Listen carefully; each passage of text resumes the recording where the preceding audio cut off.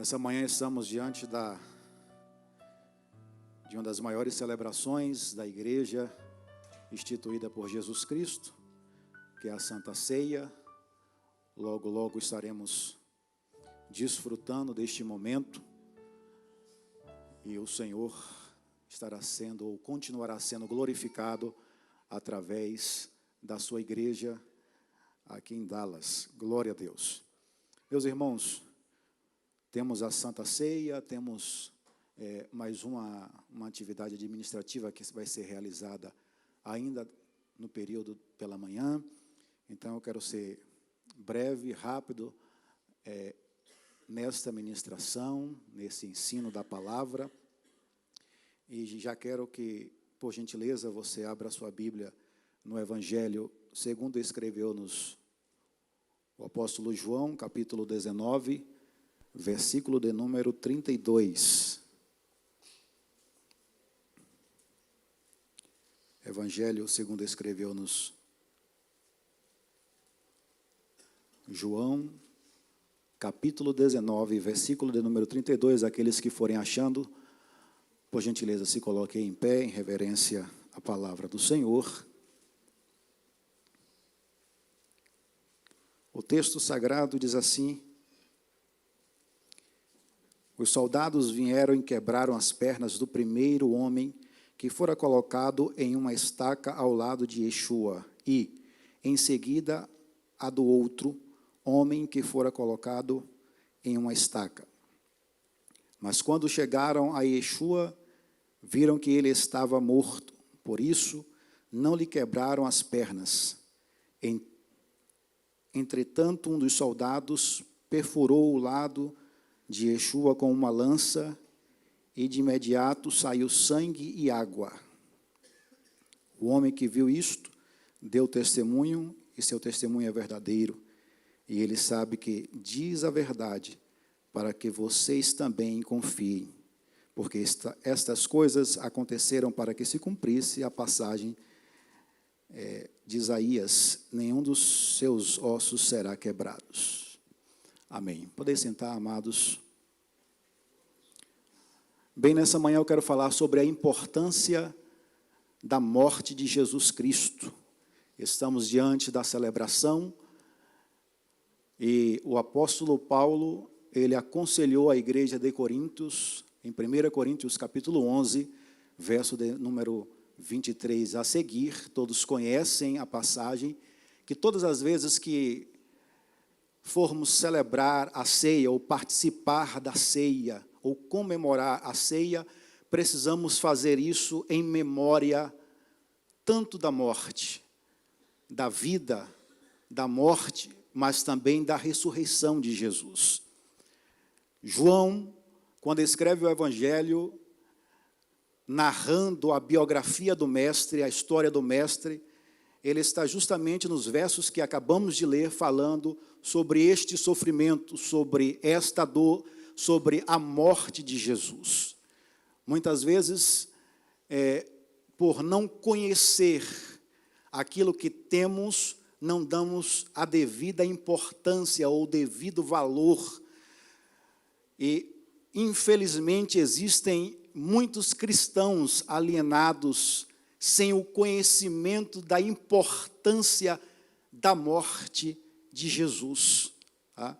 E nessa manhã estaremos falando um pouco sobre isto, porque há quem pense que Jesus foi empurrado para a morte, há quem pense que Deus Pai colocou as mãos nas costas do Filho e empurrou para uma morte. Não, Jesus, ele foi à cruz, ele se entregou ao sacrifício. Na oração do Getsêmani, ele diz: Pai, se possível for, passa de mim esse cálice sem que eu o beba, mas contudo seja feita a tua vontade e não a minha. Ou seja, ele estava se entregando à vontade do Pai. Por quê? Porque Jesus, como Deus, ele já sabia do plano perfeito. ele já conhecia a mente do Pai. E a Bíblia diz que Jesus, ele é o Cordeiro de Deus, que foi entregue, que foi doado, que foi oferecido, tá, antes da fundação do mundo. Ou seja, ainda quando não havia seres humanos na terra, no projeto de Deus, nos planos de Deus, ele já havia entregue o seu Filho para constituir a igreja, uma grande família, para dar os céus como herança para um povo que ele escolheu. Pois bem, falar da morte de Jesus é algo belo.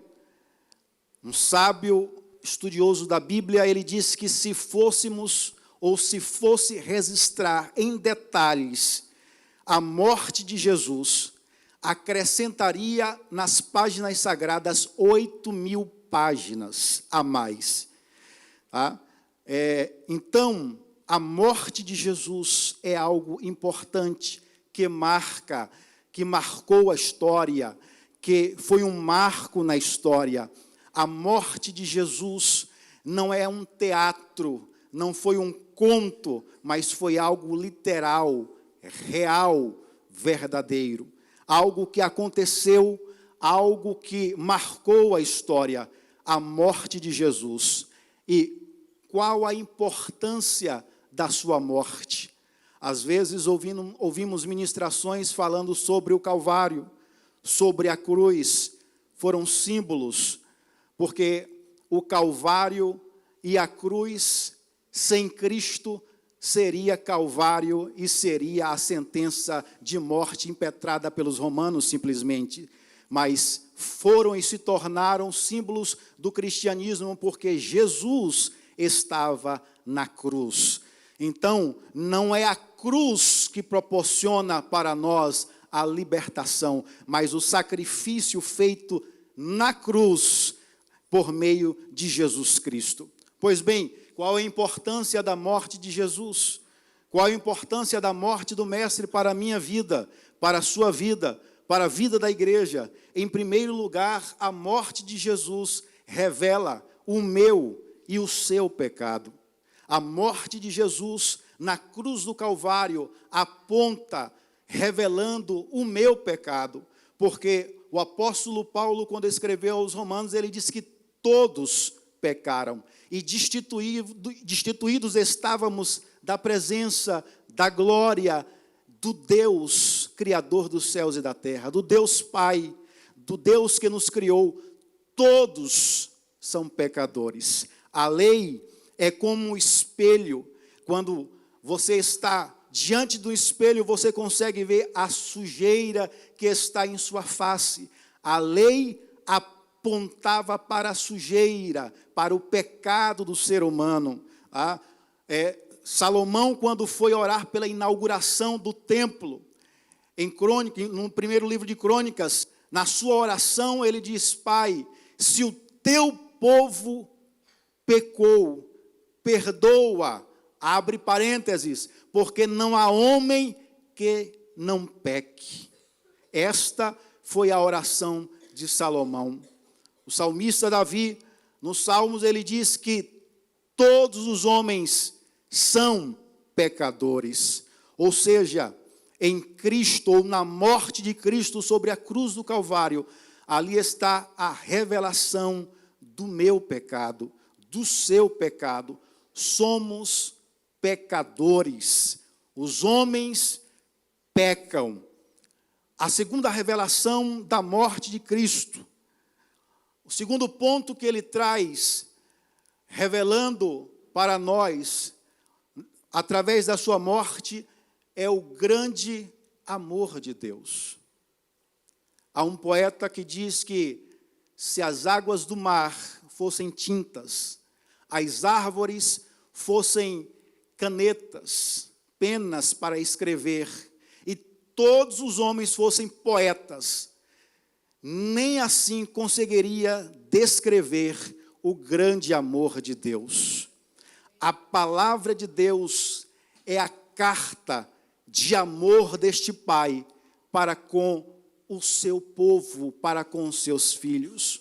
A filosofia, a sociologia, o humanismo não consegue conceber o amor do Pai, não consegue entender ou comportar o amor de Deus.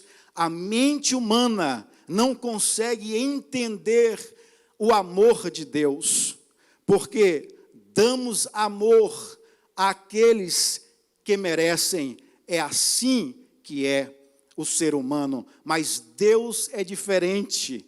A Bíblia diz que Deus nos amou primeiro, ou seja, fomos alcançados pelas cordas de amor de Deus, antes mesmo de amá-lo. Se você desistir de segui-lo, Ele continua te amando. Se você falha, Ele continua te amando. Se você vai para longe dEle, Ele continua te amando. Se você decide que não vai servi-lo, mesmo assim, Ele continuará te amando. Porque o amor de Deus é imutável pelos seus filhos, não muda jamais. Jesus, um dia citando as parábolas da ovelha perdida, da dracma perdida e do filho pródigo, ele apontou para este grande amor. Ele diz que o pastor que cuidava das ovelhas deixou 99 no aprisco e voltou apenas por uma, que estava ferida, machucada e perdida no deserto, pelos vales, presas pelos espinhos, ferida no corpo, sem força, sem valor algum para alguns, mas para o Pai, para o bom pastor, mesmo ferida, machucada, perdida, ele continuava amando esta ovelha.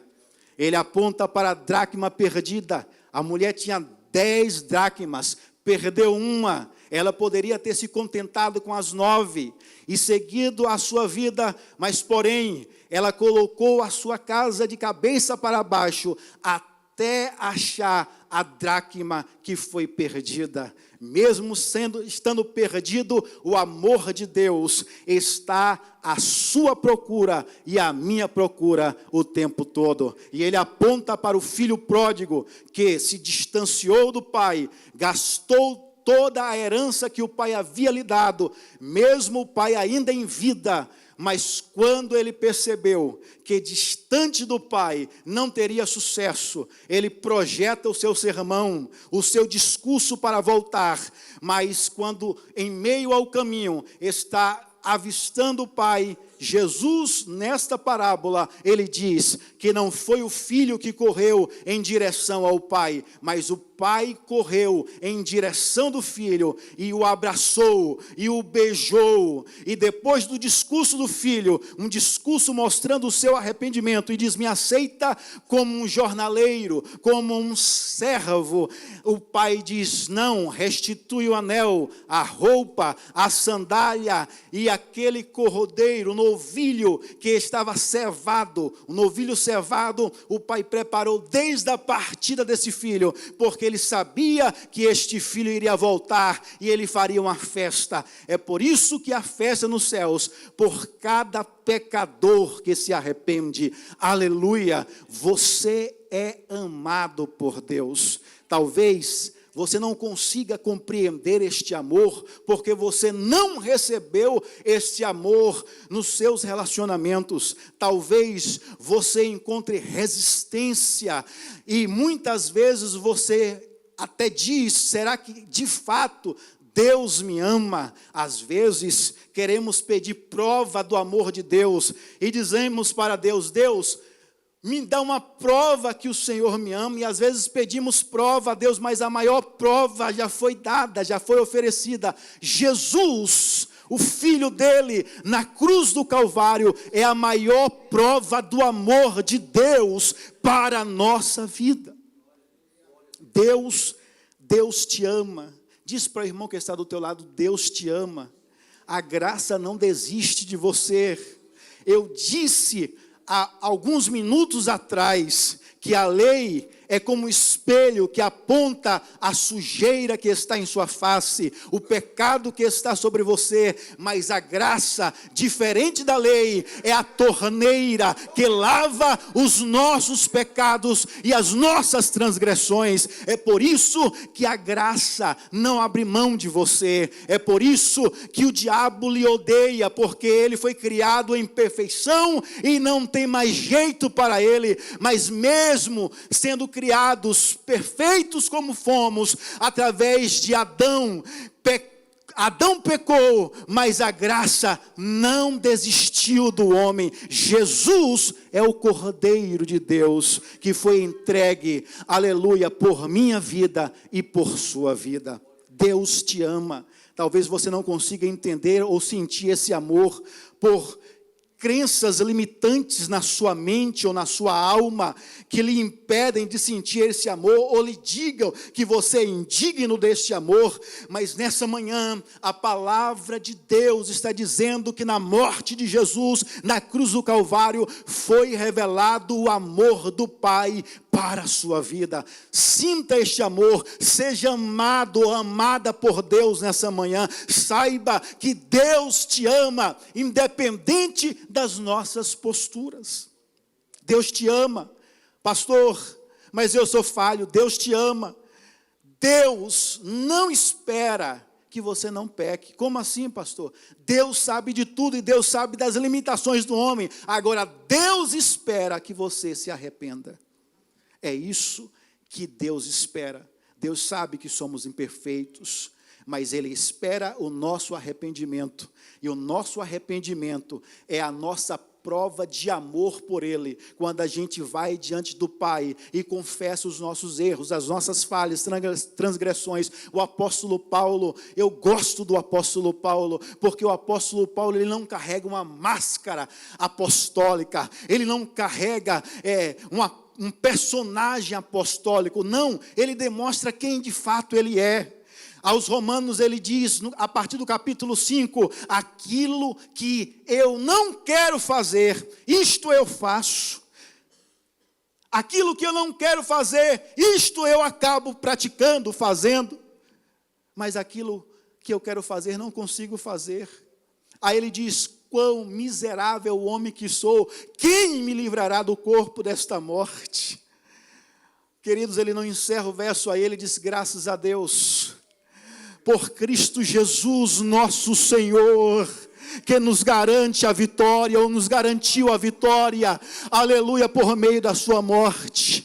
O apóstolo Paulo, queridos, ele é transparente, verdadeiro. Ele diz, olha, a natureza humana está atrelada a mim. Enquanto eu estou ministrando, enquanto eu estou pregando, enquanto eu estou louvando, enquanto eu estou trabalhando, enquanto eu estou em casa, diante da minha esposa, dos meus filhos, das pessoas que me conhecem, a natureza humana está atrelada a mim e eu estou sujeito a erros. Ele não carrega um disfarce. Às vezes a gente quer carregar o disfarce, a dupla personalidade, mas ele conhecia o amor do Pai. O apóstolo Paulo conhecia o amor de Deus, é por isso que ele foi o apóstolo que mais se identificou e falou sobre a graça, porque ele sabia que ele estava condenado, mas um dia Jesus marcou uma agenda com ele no caminho de Damasco e resgatou este homem, e mostrou e revelou para este homem o seu grande amor. Deus, nessa manhã, uma vez mais, está revelando este amor para a sua vida, por meio da morte do seu filho. Em terceiro lugar, a morte de Cristo revela o valor do nosso resgate. E antes de entrar sobre o resgate, ou sobre este valor, que não foi com prata, ouro, dólar, libra esterlina, com nenhuma moeda perecível, antes de falar do resgate, ainda falando do amor de Deus, veio à memória agora uma história que eu gosto por demais. Uma mãe que tinha um pato de estimação. O pato ficava dentro de casa, na sala, nos quartos, era o pato de estimação. E essa mãe tinha 2 crianças, um menino e uma menina. E um dia, o menino brincando de bicicleta no fundo da casa, ele atropelou o pato e matou o pato da mãe. E ele disse: agora o que é que eu faço? É o pato que minha mãe ama. O que é que eu vou fazer? A sua irmã mais velha teve uma ideia e disse para ele: vamos enterrar o pato. E a gente não conta nada para ninguém. Mas a partir de hoje, tudo que eu mandar você fazer, você vai fazer. Ele, com medo de levar uma surra da sua mãe, disse: está fechado. No outro dia, enquanto ele estava deitado na sua cama pela manhã, a sua irmã o acordou dizendo: levanta, vai lavar os pratos. E ele foi lavar os pratos.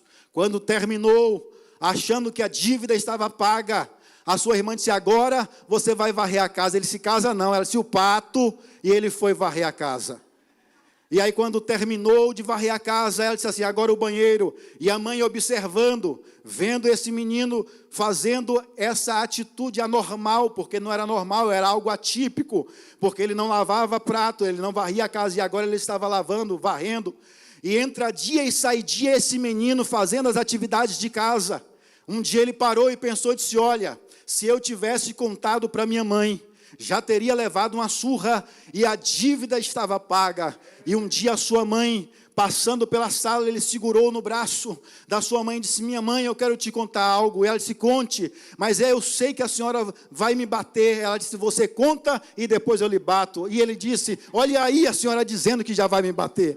Ela disse: conta. E ele disse: o pato. Ela disse: quer que tenha o pato? Eu matei o pato da senhora, enterrei, e não aguento mais a minha irmã mandando lavar prato, varrer casa, lavar banheiro, e eu quero lhe dizer que eu matei o pato.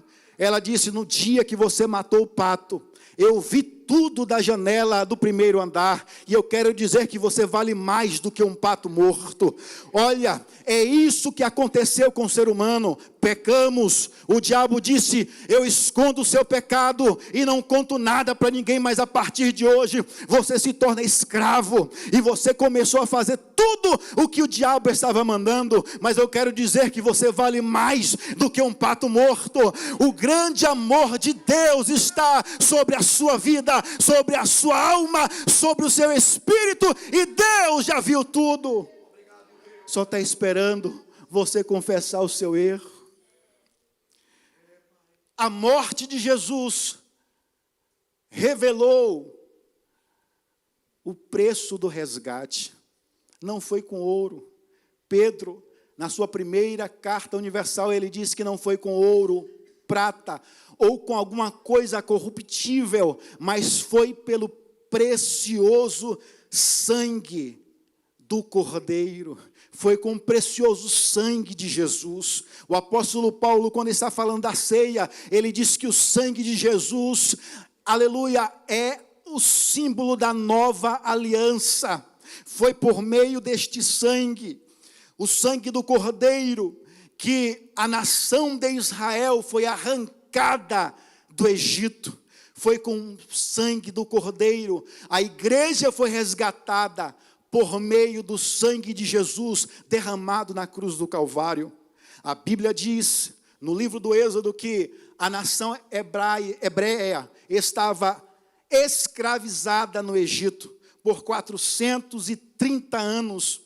Deus já havia mandado 9 pragas, e Deus falou com Moisés e disse: essa vai ser a última praga que eu vou mandar sobre os egípcios. Agora vocês vão marcar este mês será o primeiro mês, porque esse mês será instituído a Páscoa.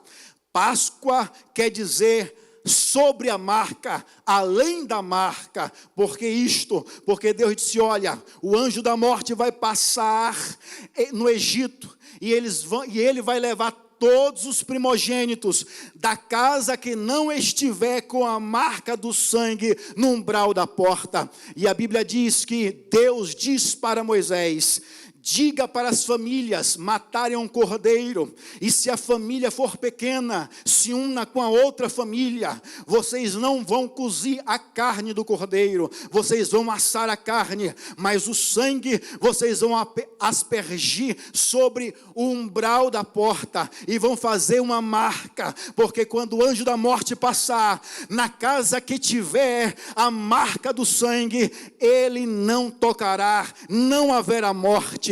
Fomos resgatados, estávamos condenados, íamos para o inferno, estávamos perdidos, mas Jesus, Ele nos resgatou, pagando a dívida, aleluia, com a sua própria vida. Ele derramou sangue inocente.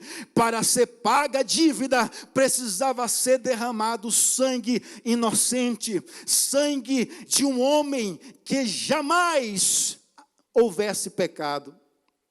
Jesus, ele foi e continua sendo este homem. Nunca foi achado uma sílaba de mentiras nos lábios do mestre. Jesus nunca pecou, por isso que ele é o Cordeiro de Deus, que tira o pecado do mundo. João, quando estava ministrando a sua igreja no deserto, aleluia, porque havia uma igreja no deserto, uma igreja que não tinha um som como esse, instrumentos como esse, que não tinham bancos para se assentar, que não havia aquecedor para proteger do frio, mas havia uma igreja no deserto, e o pastor dessa igreja era João, e João pregava dizendo: raça de víboras, quem vos ensinou a fugir da ira vindoura? De repente, quando João vira o seu rosto, ele vê a imagem de Jesus vindo em sua direção, e João diz assim: eis o Cordeiro de Deus, que tira o pecado do mundo, eis o homem que eu vim aplanar o caminho, eis o homem que eu não sou digno de atar as sandálias dos seus pés. Jesus nos resgatou do poder da morte e do inferno, aleluias. Você é livre. Olha para o irmão que está do teu lado e diz para ele: você é livre, você é livre. Deus te tornou livre. Eu lembro agora de um fazendeiro norte-americano que no período da escravatura aqui nos Estados Unidos, ele estava passando em uma praça e viu uma jovem sendo vendida, uma jovem negra sendo vendida, e quando ele olha, ele volta à sua casa, pega um saco de moedas em ouro e volta para a praça. E enquanto está sendo oferecido os valores, ele dá o maior lance e compra aquela escrava. Quando se entrega a ele a escrava, ela acumula saliva e cospe na cara deste fazendeiro. Ele tira um lenço do seu bolso, limpa a sua face, pega essa escrava e leva até o cartório da cidade, recebe ali a autorização dela, mas imediatamente ele manda o cartório emitir para ela a carta de alforria, e quando é emitido, ele pega a carta de alforria e entrega para ela. Ela diz: você está louco? Você acabou de me comprar, você pagou muito e agora você está me dando a liberdade. E ele olha para ela e diz assim: eu não te comprei para te escravizar, mas eu te comprei para te libertar. Aleluia. É isso que Deus fez por mim e por você. Deus não quer escravos, Deus quer filhos. Deus quer filhos. Escravo quem tem é Satanás, mas Deus tem filhos. Deus tem filhos. E o preço desse resgate foi a morte do teu filho, Jesus Cristo, na cruz do Calvário. Aleluia, glória a Deus. A morte de Cristo revela a nossa expiação. Olha, irmãos, quando a nação de Israel, já estou caminhando para o final, quando a nação de Israel ia celebrar uma vez por ano o sacrifício pelo pecado, o sacerdote e o sumo sacerdote, junto com os levitas, levavam 2 cordeiros. Um cordeiro era sacrificado repartido entre os sacerdotes, a gordura oferecida, o sangue aspergido sobre o altar. Mas o outro cordeiro era solto no deserto, e ele saía em direção do deserto de maneira errante, simbolizando que o pecado estava sendo retirado da nação e indo junto com esse cordeiro para longe da nação. É por isso que Jesus não foi sacrificado dentro de Jerusalém, ele foi sacrificado fora de Jerusalém, no Monte Gólgota, no Monte Caveira, simbolizando que ele levou sobre si as nossas transgressões. O profeta Isaías, em Isaías 61, ele diz, aleluia, que Jesus levou sobre si as nossas transgressões, os nossos pecados. É por isso, irmãos, que na crucificação, na morte de Jesus, enquanto ele está na cruz, há um momento em que o Pai não consegue olhar para o Filho, porque o meu pecado, o seu pecado, estava sobre Jesus. É por isso que Jesus, em uma das orações na cruz, ele disse, Pai, por que me desamparastes? Não é que o pai desamparou o filho, é que o pai não aguentou olhar para o filho, porque ao olhar para o filho, ele via o meu pecado, o seu pecado, aleluia. Mas a palavra de Deus diz também, aleluia, que Jesus está vendo até hoje o fruto do seu sacrifício, aleluia. Olha para a pessoa que está do teu lado, que você vai ver o fruto do sacrifício dele na cruz do Calvário. Esta pessoa que está do seu lado, ela é o fruto do sacrifício de Jesus na cruz do Calvário. Glória a Deus. A morte de Cristo revela a nossa comunhão. Isso aqui é bonito demais, irmãos. Jesus devolve na sua morte a comunhão que o homem havia perdido. Sabe, Deus arrancou a glória de Israel e disse, a minha glória eu não darei a outrem mais, a ninguém mais. Quando a Arca da Aliança, que era o maior símbolo da presença de Deus no Antigo Testamento, desapareceu, depois da invasão babilônica no ano 530 a.C., os sacerdotes, com medo do que o povo iria dizer, porque a religião é assim, com medo de que a presença de Deus não estivesse mais com eles, pegaram uma pedra do tamanho da arca, do comprimento da arca, e colocaram no Santo dos Santos, aonde a cortina com 12 centímetros de espessura separava o santo do santo do santo.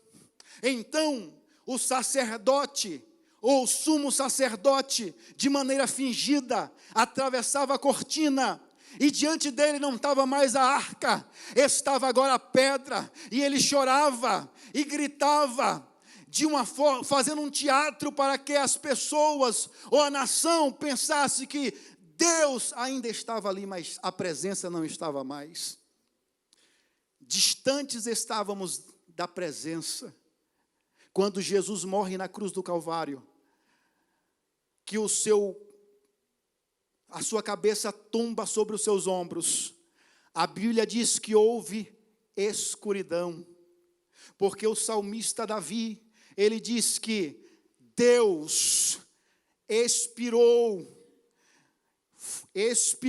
e quando soprou das suas narinas saíram fogo abrasador. Ele montou em um querubim e circulou a terra. Quando ele faz o círculo, o sol se nega a brilhar diante do seu Criador. É quando há trevas na morte de Jesus. Aleluia! E quando ele completa o círculo, a Bíblia diz, no relato da morte de Jesus, que o véu do templo se rasgou de alto a baixo, não de baixo para cima, mas foi de cima para baixo o próprio Deus, revelando a face do homem e mostrando a pedra que estava ali. Não tem mais presença. Eu imagino alguém perguntando: e agora? Como vamos sentir a presença de Deus novamente? Como vamos chegar perto de Deus novamente? Como vamos ter acesso ao nosso Deus? Aí Jesus diz assim: aonde tiver 2 ou 3 reunidos em meu nome, ali eu estarei presente. Aleluias. Jesus, em um diálogo com a samaritana, ele diz para a mulher samaritana: olha, porque havia uma indagação dela: eu não sei aonde devemos adorar, se é em Jerusalém, se é em Samaria. Uns dizem que é em Jerusalém, outros dizem que é em Samaria. E aonde nós vamos adorar? Ele disse: o Pai está procurando verdadeiros adoradores, que o adorem em espírito e em verdade. Se você estiver no banheiro e dobrar os seus joelhos no seu banheiro, você vai sentir a presença de Deus. Se você estiver no seu quarto, aleluia, Deus estará no seu quarto. Se você estiver dirigindo o seu carro, Deus estará contigo no carro, porque na morte de Jesus, ele devolveu a presença. Jesus disse assim: Pai, sabe aquela glória que o Senhor levou e disse que não daria a ninguém mais? Eu imagino o Pai dizendo: sei, mas o Senhor me deste. A glória que o Senhor tomou, o Senhor destes a mim. E como o Senhor deu a mim, eu agora dou a minha igreja. É por isso, irmãos, que às vezes entramos no culto triste, abatidos, passando por lutas, por dificuldades, aflitos, cheio de problemas. Mas quando chegamos aqui, que o louvor começa a ser ministrado, a palavra começa a ser proferida, você começa a sentir algo diferente, você começa a sentir a presença de Deus, você começa a sentir a glória, e Deus renova o teu espírito, a tua fé, a sua esperança. Encerra agora dizendo que, em último lugar, a morte de Cristo revela a nossa vitória sobre o mal. Aleluia. Na morte de Cristo, ele revela a sua vitória sobre os demônios. Glória a Deus. O apóstolo Paulo, quando escreveu aos Colossenses, no capítulo 2, ele disse: olha, havia um escrito de dívida. Esse escrito de dívida era contrária à nossa pessoa. Sabe o que é um escrito de dívida? Quem aqui é da época da nota promissória? Tá? Você não tinha cheque, não tinha dinheiro para pagar o que você comprava. Aí você dividia as prestações na promissória, colocava o seu nome e colocava o valor, e ali você assinava. Paulo está dizendo, ele está pegando uma linguagem do que acontecia no período em que ele estava vivo, quando alguém devia a um estabelecimento daquela época. Não havia SPC, Serasa, não sei como é que nos Estados Unidos, o nome das empresas que regulam o crédito, mas no Brasil é SPC, Serasa. Não havia isto. Então, como é que o dono do estabelecimento forçava a outra pessoa a pagar a dívida? Ele pegava o nome do cidadão, colocava bem grande em um cartaz, em uma faixa, e colocava do lado de fora do estabelecimento: fulano de tal, ou Miguel, José, ou Antônio, ou Maria comprou aqui e não pagou. E ficava lá. Todo mundo que passava olhava e dizia: olha, o Miguel está devendo ali, olha, o Miguel é devedor. Aí o dono dos outros estabelecimentos viam também e não queria vender. Então você tinha que se esforçar para pagar. Quando era paga a dívida, o dono do estabelecimento descia a faixa, colocava um carimbo bem grande de pago e devolvia no lugar, e passava o mesmo tempo que ficou antes de ser pago. Então todo mundo que passava olhava para a faixa e dizia: olha, ele pagou a dívida, ele quitou a dívida. O apóstolo Paulo está dizendo isso. Miguel tinha uma dívida que era contrário diante de Deus, uma nota promissória, que o diabo tinha ou detinha um poder dessa nota, e dizia: Bíblia olha, o pecado do Miguel, da Maria, do José, é pecador, é devedor, tem que ser condenado, aleluia. E o apóstolo Paulo diz que na cruz de Cristo, ele quitou esta dívida, ele pagou esta dívida, mas não apenas pagou, a Bíblia diz que todos os principados e potestades tiveram que passar diante da cruz, aleluia, bater continência e reconhecer a vitória de Jesus, porque a cruz não foi a derrota do mestre, mas foi a sua vitória. Na cruz não foi a derrota de Jesus, foi a sua vitória. O problema é que estamos ficando acostumados com um evangelho triunfalista, só de vitória, só de vitória. E quando enfrentamos ou passamos ou vemos problemas ou dificuldades, achamos que tem alguma coisa errada. Mas a cruz foi o lugar da vitória.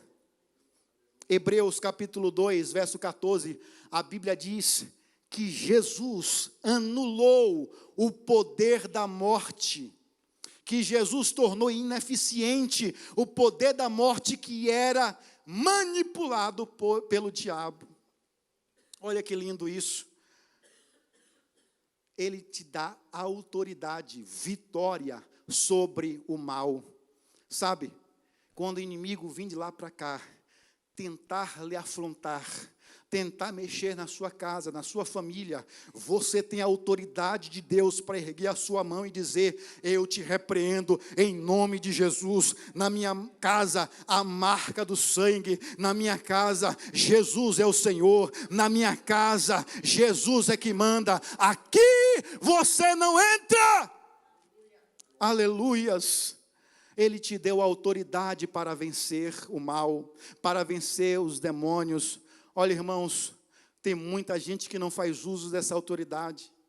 Tem muita gente que não conhece, por isso conhecer a importância da morte de Jesus. Tem muita gente que fica sendo açoitada o tempo todo. O diabo faz de saco de pancada e você fica aceitando as afrontas do diabo. Você tem a autoridade de Deus. Se levante no seu trabalho, na sua casa, se levante na sua família e levante as suas mãos e diga: o Senhor me deu autoridade, eu te repreendo em nome do Senhor Jesus. Aqui toda ação de Satanás cai por terra, em nome de Jesus. Toda influência, todo mal, todo projeto do diabo para tentar destruir você, tocar você, ferir você, está anulado pelo poder que há em Cristo Jesus.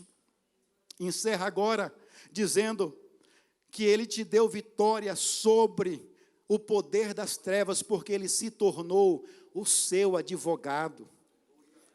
Jesus, Ele se tornou o seu advogado.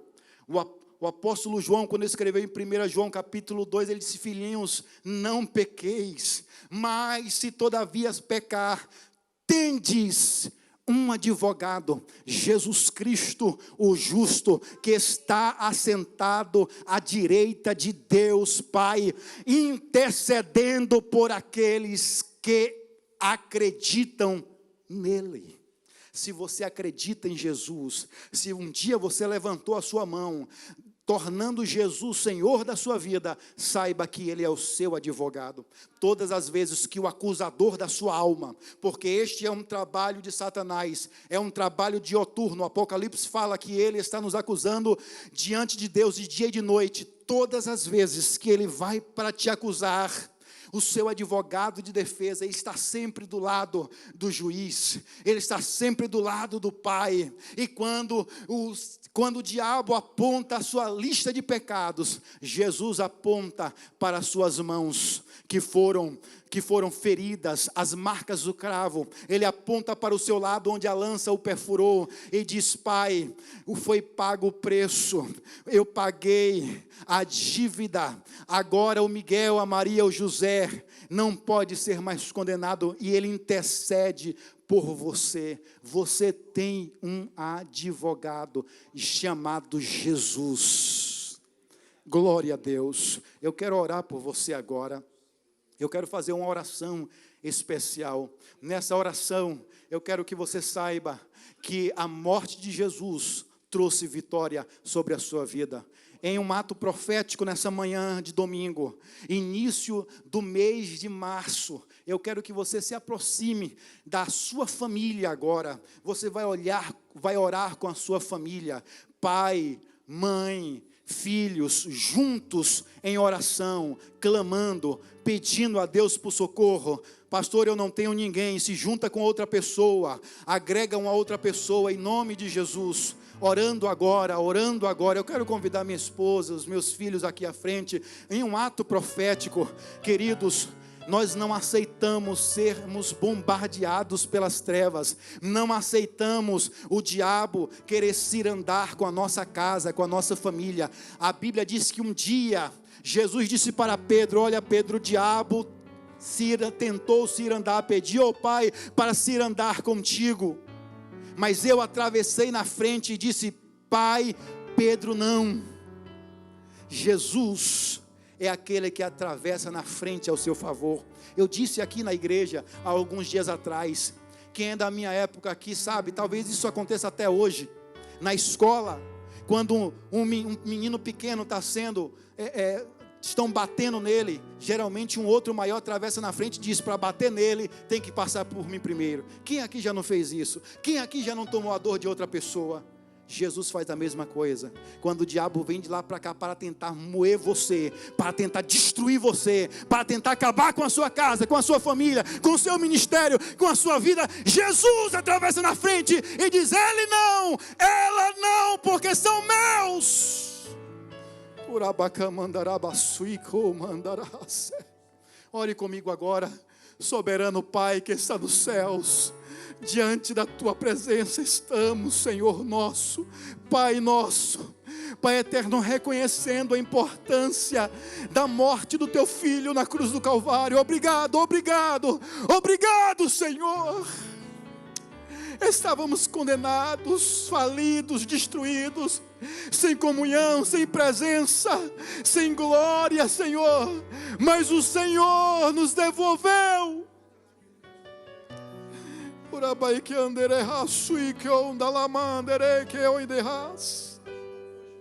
Meu Pai, muito obrigado, Senhor. Eu preguei nessa manhã, Senhor, a Tua palavra. Eu falei sobre o Seu ministério, Senhor, eu disse aqui, Pai eterno, e está registrado na Tua palavra, e eu creio, porque se o Senhor falou, eu creio, porque se o Senhor mandar eu sentar, eu sento, mesmo sem ver a cadeira, Senhor. Eu creio, Senhor, na Tua palavra, e a Tua palavra diz que na Tua morte, Jesus, recebemos vitória sobre o poder das trevas. Deus, toda investida de Satanás, todo ataque, toda opressão na mente, na alma, no espírito, no corpo, toda e qualquer enfermidade, Pai eterno, em nome de Jesus, nós repreendemos agora. Pai eterno, em nome de Jesus, Pai, nós repreendemos agora os ataques na mente, Senhor. Deus, que haja felicidade nessa alma, que haja alegria nesta alma, Pai eterno, que haja, Senhor, vitória sobre essa família.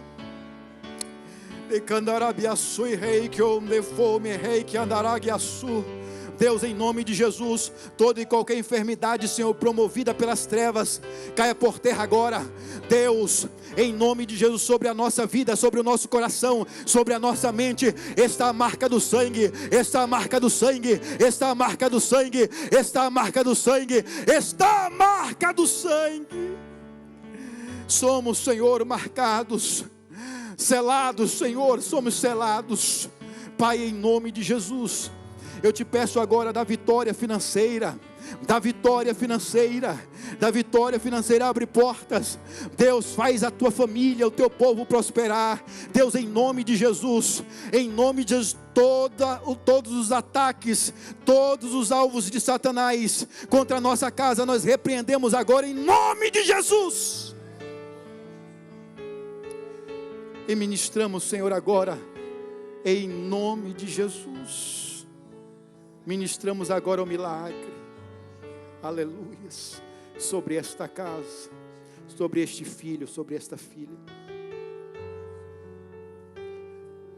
Irmãos, encerra agora, mas eu quero falar algo que o Espírito coloca no meu coração. Essa mesa é quadrada, mas a mesa de Jesus era redonda. Pastor, não entendi. Mesa quadrada serve para destaques. Geralmente quem senta nas pontas são pessoas de destaques. Na mesa de Jesus, todos nós somos destaques. Todos vocês são importantes. Por isso que a mesa de Jesus é redonda e não quadrada. Espírito de Deus me faz entender que existem pessoas nessa manhã que em todos os momentos se sentem sem privilégio algum, desvalorizadas, não entendem o valor da sua história, pessoas que não se sentem importantes. O Espírito de Deus nessa manhã está ministrando sobre você. É você. Você é especial para Ele. Você é especial para Ele. A importância que eu tenho para Deus, você tem para Deus. Independente dos nossos títulos e cargos, quando o seu Pai olha lá de cima para cá, Ele vê o mesmo valor em cada um de nós, sem distinção. Abraça a pessoa que está do teu lado e diz para ela: a partir de hoje, não deixe o diabo bombardear sua mente. Você é especial, você tem valor, Deus conta com você, Deus acredita em você, acredita na sua história, aleluia, e você já deu certo. Deus abençoe, Pastor Messias.